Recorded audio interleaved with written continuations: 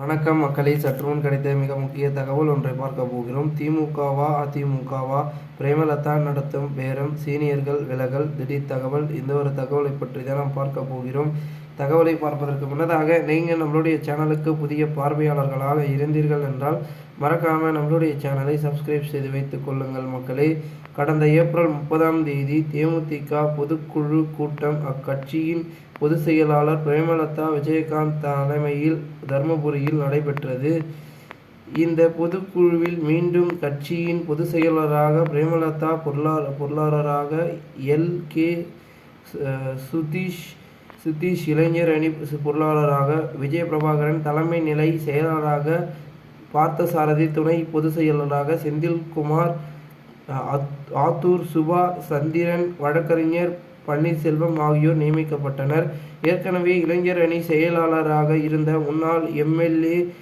நல்லதம்பி உயர்மட்ட குழு உறுப்பினர் பதவி வழங்கப்பட்டது. அதேபோல துணை பொதுச் செயலாளர் பதவி கிடைக்கும் என்று எதிர்பார்ப்பில் இருந்த முன்னாள் எம்.எல்.ஏ. செங்கல்பட்டு அனகை முருகேசனுக்கு உயர்மட்ட குழு உறுப்பினர் பதவி வழங்கப்பட்டது. இதனால் அதிருப்தியில் இருந்த இருவரும் பொதுக்குழு முடிந்த பிறகு கட்சி தலைமையிடம் ராஜினாமா கடிதம் கொடுத்தனர். இதனைத் தொடர்ந்து சில மூத்த நிர்வாகிகளும் ராஜினாமா கடிதம் கொடுக்க தயாராகி வருவதாக சொல்கிறார்கள். இதனை பற்றி விஜயகாந்துடன் அரசியல் பயணம் செய்த சிலரிடம் பேசினோம். அனகை முருகன் 2005 செப்டம்பர் 15ஆம் தேதி கட்சி துவங்கிய பொழுது விஜயகாந்த் முதல்வராகும் வரை காலனி அணி மாட்டேன் என்று சபதம் எடுத்தார். பொதுக்குழு வந்த போது கூட காலனி அணியாமல் தான் வந்தார். அதேபோல நல்லதம்பி ரசிகர்கள் மன்றம் தொடங்கி காலத்தில் சைக்கிள் கடை வைத்துக்கொண்டு மன்றத்திற்கு கட்சிக்கும் சென்னைக்கும் வரும் நிர்வாகிகளுக்கு செலவு செய்து கட்சியை வளர்த்தார். முன்னாள் எம்.எல்.ஏ. பண்ருட்டி சிவக்கொழுந்தும் டீக்கடை வைத்துக்கொண்டு மாவட்டத்தில் ரசிகர் மன்றத்தை வைத்து கட்சியை பலப்படுத்தியவர். பல நெருக்கடியான காலகட்டத்திலும் கட்சியை விட்டு வெளியேறாமல் நம்பிக்கையாக இருந்தவர். தேமுதிக கட்சி துவங்கியதில் இருந்து ஒவ்வொரு கூட்டத்திற்கும் மாநாட்டிற்கும் பணம் செலவழித்து ஒருங்கிணைந்த விழுப்புரம் மாவட்டத்தில் கட்சி செல்வாக்கை நிலைநாட்டினர். இப்படிப்பட்ட முன்னாள் எம்எல்ஏக்கெல்லாம் முக்கியத்துவம் கொடுக்காமல் ஜூனியர்களுக்கு பதவி கொடுத்தது கட்சிக்குள்ளே பெரிய அதிருப்தியை ஏற்படுத்தியுள்ளது. அதனால் தான் ஒவ்வொரு சீனியர்களும் வெளியேறுகின்றனர் என்கிறார்கள்.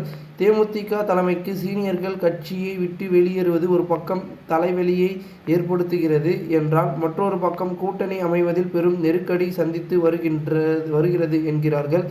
இது தொடர்பாக நம்மிடம் பேசிய சில தேமுதிக நிர்வாகிகள், 2024 நாடாளுமன்ற தேர்தலில் அதிமுகவுடன் கூட்டணி வைத்தபோது ராஜ்யசபா சீட்டுக்கள் அதிமுக தலைமை உறுதி கொடுத்தது. ஆனால் இப்பொழுது ராஜ்யசபா சீட்டு எதிர்பார்க்க வேண்டாம், 2024க்கு பிறகு ராஜ்யசபா சீட்டு தருவதாக அதிமுக சொல்வது தேமுதிகவிற்கு சங்கடத்தை ஏற்படுத்தியுள்ளது. இருப்பினும் பொருளாளர் எல்.கே. சுதீஷை மாநிலத்துக்கு எப்படியாவது அனுப்ப வைத்து விட வேண்டும் என்று பிரேமலதா தீவிரம் முயற்சி செய்து வருகிறார். மேலும் இந்த சட்டமன்ற தேர்தலில் அதிமுகவுடன் தேமுதிக 30 சீட்டு கேட்டுள்ளன. திமுக தலைமையில் இருந்து பிரேமலதாவின் கூட்டணி பேச்சுவார்த்தையை நடத்த வருகிறது. எம்.எல்.ஏவும் சீட்டு குறைவாக இருந்ததால் பரவாயில்லை, தற்போதைக்கு ராஜ்யசபா சீட்டு வேண்டும் என்று திமுகவிடம் பிரேமலதா டிமாண்ட் செய்து வருகிறார். ஆனால் திமுக தலைமை எந்த விதமான உத்தரவும் கொடுக்கவில்லை. ஆனால் அதிமுக என்று இருதரப்பிலும் பேச்சுவார்த்தை தொடங்கியிருக்கிறார்கள் என்கிறார்கள். இந்த ஒரு தகவல் தற்போது வெளியாகி பரபரப்பும் விறுவிறுப்பும் ஏற்படுத்தியிருக்கிறது. இந்த ஒரு தகவலை குறித்த பொதுமக்கள் உங்களுடைய கருத்துக்களை